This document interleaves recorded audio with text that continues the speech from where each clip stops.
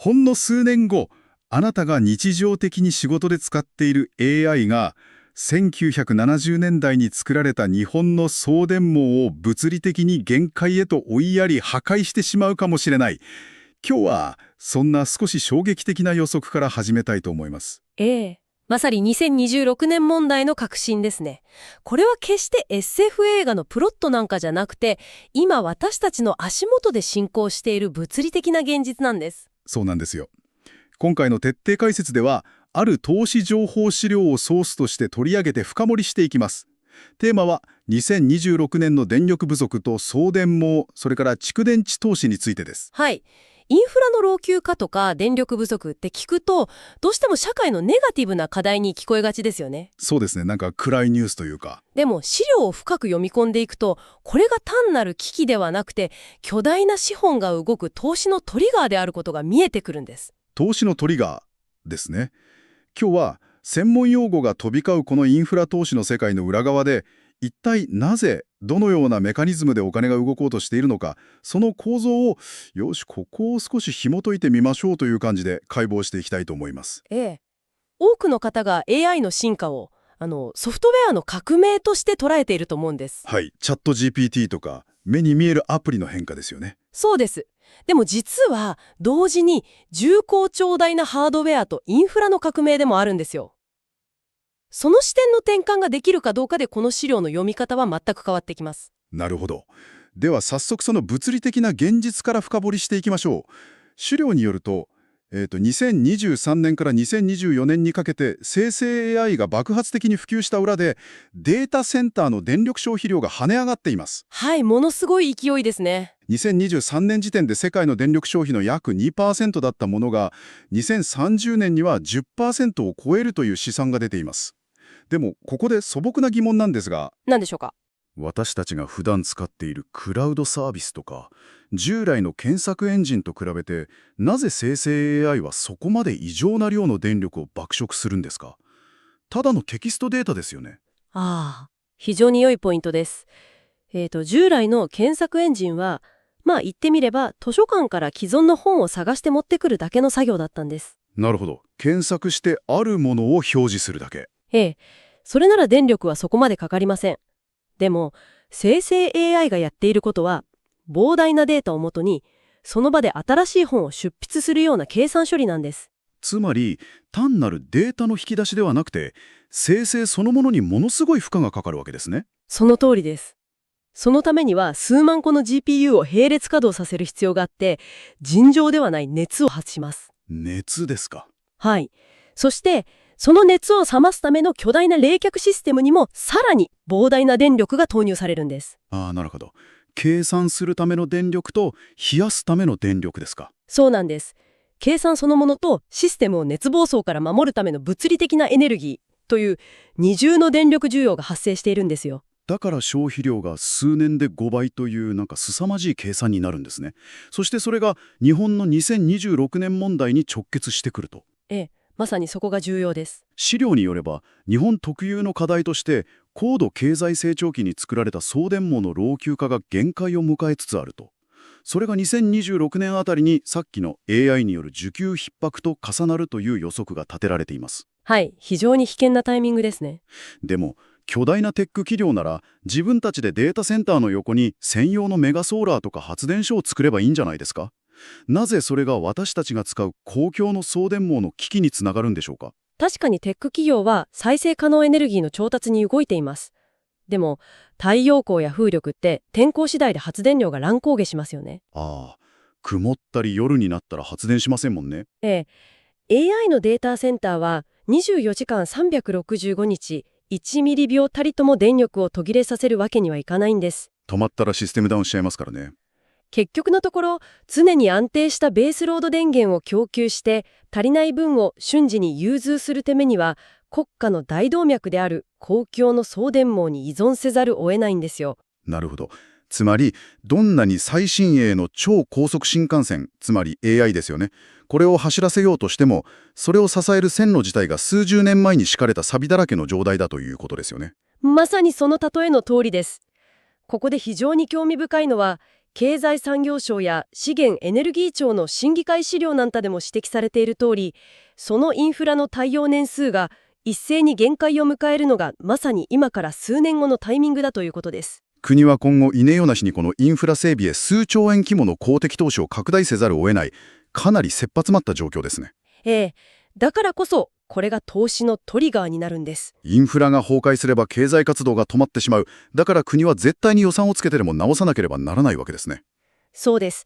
過去の歴史を見ても、こういった物理的なボトルネックと国策が重なったタイミングでは、莫大な資本が民間企業に流れ込んできました。例えば、1990年代後半のインターネット普及に伴う高ファイバー網の整備とか。はい。それから2010年代の太陽光発電の爆発的な普及の時もそうですね。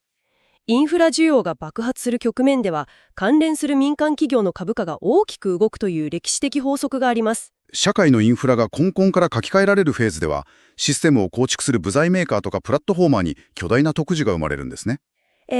歴史的に見ても、こうした変化の前夜にその構造を理解していた投資家は大きな恩恵を受けてきました。資料にも2023年から2024年にかけてすでに一部の機関投資家がこの変化に気づいて動き出しているとあります。ここからが本当に面白いところなんですが、あえて少し意地悪な見方をさせてください。はい、どうぞ。もし、プロの機関投資家たちがすでに資金を投じてしまっているなら、今この情報を知った私たちが個人投資家として今から動いてももう遅いんじゃないですか？いわゆるプロの売り抜けのタイミングにされてしまうリスクはないんでしょうか？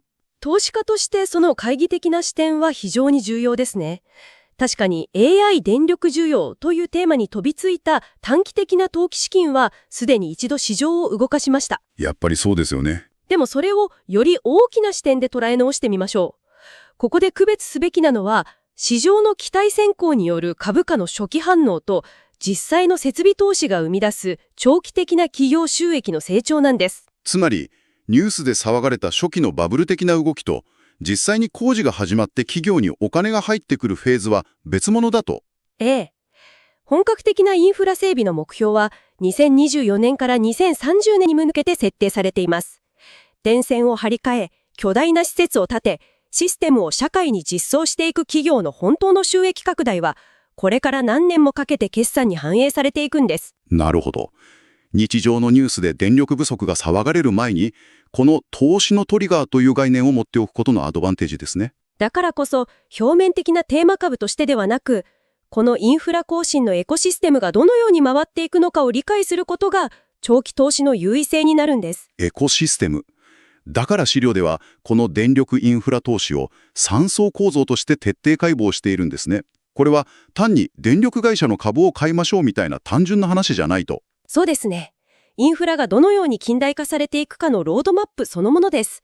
この3層は独立しているわけではなくて、一つの層の課題が次の層の技術を必要とするように密接に絡み合っています。まず第一層が物理的な基盤、つまり送電網の老朽化への対応ですね。高度経済成長期に作られた設備の更新、電線メーカーや変圧器メーカーへの直接的な発注増。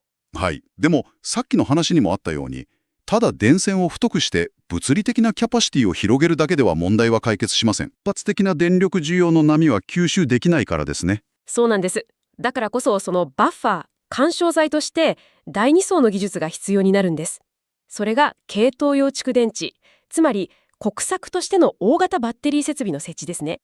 リチウムイオン電池関連や制御システム企業の恩恵ですね。でも、蓄電池って電気を作るわけじゃないですよね。なぜこれが単独のビジネスとして大きな収益を生む構造になっているんでしょうか？ここが面白いところなんですが、蓄電池のビジネスモデルの本質って実は電気の貯蔵ではないんです。時間のアービトラージ、つまり最低取引なんですよ。時間のアービトラージ。それって具体的にはどういうことですか？例えば、昼間は太陽光パネルが大量に電気を作りますよね。はい。晴れていればどんどん発電しますね。でもその時間帯はみんな学校や会社に行っていて電気が余るんです。供給過多で電力価格はほぼゼロ。場合によってはマイナスになることもあります。なるほど。誰もいらないから安くなるわけですね。そうです。そこで蓄電池事業者はこの誰もいらない安い電池を大量に買い込んで巨大なバッテリーに貯めておくんです。そしてそれを高い時に売るってことですか？その通りです。夕方以降、太陽が沈んでみんなが帰宅して、さらにデータセンターの稼働もピークに達して電力が足りなくなった。一番価格の高い時間帯に、その電気を送電網に放出して売るんです。うわ、なるほど。電線を流れる電気の需要と供給のズレを利益に変えているんですね。ただの大きな箱ではなくて、電力という商品をトレードする金融機関の金庫みたいな役割なんだ。その通りです。だからこそ、国策としての補助金だけでなく、民間企業が独自のビジネスとして蓄電池の設置にこぞって参入しているわけです。そして、ここからが今日一番エキサイティングな部分ですね。第1層の物理的な電線、第2層の巨大なバッテリー、これらをつなぎ合わせて一つの知性を持たせる第3層。資料がまだ多くの人が知らない穴場と指摘する VPP、バーチャルパワープラント、仮想発電所です。へえ、これが今後のキーになります。これ、どういうメカニズムなのか少し私なりに噛み砕いてみてもいいですか？ぜひお願いします。VPP って要するに電力版の Uber みたいなものですよね。ウーバーですか？はい。Uber は自分たちでタクシー車両、つまり発電所を1台も持っていません。その代わり、街中に散らばっている空き時間の自家用車。これは家庭の蓄電池や EV ですね。それと、今すぐに移動したい人、つまり電力が欲しいデータセンターをソフトウェアのアルゴリズムで瞬時にマッチングさせている。なるほど。わかりやすいですね。巨大な原子力発電所を何千億円もかけて新設するの代わりに、ソフトウェアを使って何万世帯もの家庭のバッテリーを同時に制御して、まるで一つの巨大な発電所のように振る舞わせる技術。これが VPP ですよね。非常に的確で素晴らしいアナロジーです。これは重要な問題を提起しています。つまり、巨大な発電所を新設するのではなく、既存の設備をソフトウェアで最適化するという次世代電力システムのビジネスモデルの独占性ですね。つまり、第1層が物理的な道路の舗装、第2層が巨大な駐車場というか貯蔵庫の建設、そして第3層が AI を使った交通ネットワーク制御のようなものですね。そうなります。そして投資家がなぜこの第3層の VPP に注目するのか。それはハードウェアの製造とは比較にならないほどソフトウェアプラットフォームの利益率、マージンが高いからです。確かに、電線を製造したり巨大なバッテリーを組み立てるには工場や原材料費という莫大なコストがかかりますよね。でも一度 VPP のソフトウェア制御網を構築してしまえば、参加する家庭や工場が増えれば増えるほど限界費用ゼロでネットワークの価値が上がっていく。いわゆるニットワーク効果ですね。機関投資家たちはどの企業がこの次世代の電力ネットワークの OS を握るのか、違りになって分析しています。リスナーのあなたなら、この3層構造のうち、どの層の未来に一番ワクワクしますか？物理的な基盤か、巨大なバッテリーか、それともソフトウェアのプラットフォームか。視点次第で様々な投資の機会が見えてきますよね。はい。全体の構造がクリアに見えてきました。では、私たちのような一般の投資家、特に投資未経験者や初心者が自身のポートフォリオにこのインフラの波を組み込もうと考えたとき、どうすれば無理なく始められるのでしょうか？そうですね。そこが一番のハードルになります。正直なところ、この分野って変圧器メーカーとかパワー半導体企業とか、普段の生活では名前も聞かないような B2B の企業ばかりですよね。一体これのどこから手をつければいいのかと迷うのは当然の感覚だと思います。ねえ、証券会社のパンフレットにも電力インフラなんて大々的に書いてないですからね。しかも個別の決算書を読んで、この会社の VPP ソフトウェアが市場を制覇するって一つに書けるのはかなり難易度が高い気はします。おっしゃる通りです。そこに大きなリスクが存在しています。個別株、特にテーマ株は値動きが大きく、必ず上がる保証がないというリスクですね。AI、電力、銘柄というテーマが盛り上がると、企業の PR 資料に VPP とか次世代グリッドという言葉が踊り始めます。ああ、便乗してくる企業があるわけですね。はい。でも蓋を開けてみれば、その会社の売上の 90% は旧態依然としたレガシー事業だったということも少なくありません。自分のリスク許容度に合わせた判断が必須です。ストーリーだけが先行して実際の事業が伴っていないというリスクですね。だからこそ資料では投資未経験者が最初に行うべき具体的な証券口座の活用手順が示されているんですね。その通りです。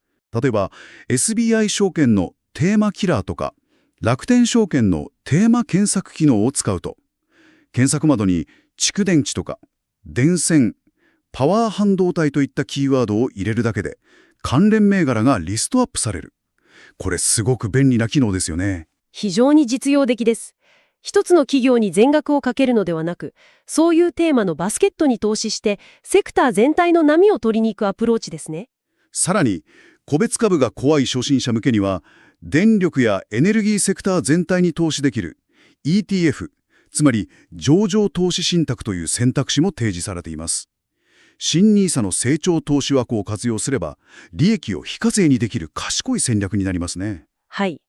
インフラ転換期においては、どの個別企業が勝つかを当てる個別の事業リスクを背負うよりも、国策として必ず執行される巨額のインフラ投資の全体像に資金を乗せておく方が理にかなった戦略と言えます。まずは無料で口座を開設することが第一歩ですね。確かに、送電網の崩壊は国として絶対に避けなければならないシナリオですから、どこかの企業には必ずお金が流れるわけですもんね。個別株の乱高下に一喜一憂するより、はるかに精神的にも健全なアプローチだと思います。投資の世界では、元本割れや株価が下落するリスクばかりが注目されがちです。でも、これほど確実性の高いマクロのトレンドにおいて、情報を知っていながら行動しないことのリスク、つまり機会損失も確実に存在します。長期投資家としては、その心構えを持つことが重要です。知っているのに何もしないリスクですね。さて、あっという間に時間が来てしまいました。本日のディスカッションをまとめましょう。はい、お願いします。私たちが普段、スイッチを入れれば当たり前のようにつく電気。しかし、その裏側では、生成 AI の爆発的な普及が引き金となり、老朽化したインフラが悲鳴を上げています。そしてそれは単なる危機ではなく、第一層の物理的な送電網更新、第二層の巨大蓄電池、そして第三層の VPP というソフトウェアプラットフォームに至るまで、数十年に一度の巨大なビジネスチャンスを生み出しているということですね。思えば、2014年頃の太陽光関連株の黎明期に、まだ早いと言われていた時期と、現在の AI、電力危機前夜の状況がすごく重なって見えます。ええ、歴史は繰り返しますからね。電力不足イコール投資のトリガーという概念を手に入れたあなたは、すでに一歩先を行っています。今日から少しずつ動き始めるか、何もしないかで、10年後の自分にどう違いが生まれるか想像してみてほしいと思います。説明欄に証券口座開設のリンクも貼っておきますので、まずはそこからチェックしてみてください。今日の知識をどう解釈し、行動に移していくのか、すべては皆さんの手の中にありますからね。では最後に、今日お話しした VPP について、もう一つだけ、リスナーのあなたに刺激的な思考実験を提案して終わりにしたいと思います。思考実験、いいですね。もし今後、あなたの自宅のガレージに止まっている電気自動車や、屋根の上の太陽光パネル、そして蓄電池までもが AI によって VPP の一部として自動的に組み込まれ、あなたが寝ている間に勝手に電力を売買して利益を出してくれる世界になったら、それはつまり、私たち一人一人が単なる電力の消費者からインフラの一部へと進化する瞬間ですね。そうです。もはや電気代は払うものから稼ぐものになるかもしれない。あなたが次に自宅のコンセントにプラグを挿すとき、その電気の裏側にある何兆円もの指紋が動く巨大なネットワークの未来を少しだけ想像してみてください。素晴らしい視点です。この変化の波をぜひ皆さんと一緒に楽しんで観察していきたいですね。本日の徹底解説はここまでです。あなたの知的好奇心とこれからの投資の旅を私たちはいつも応援しています。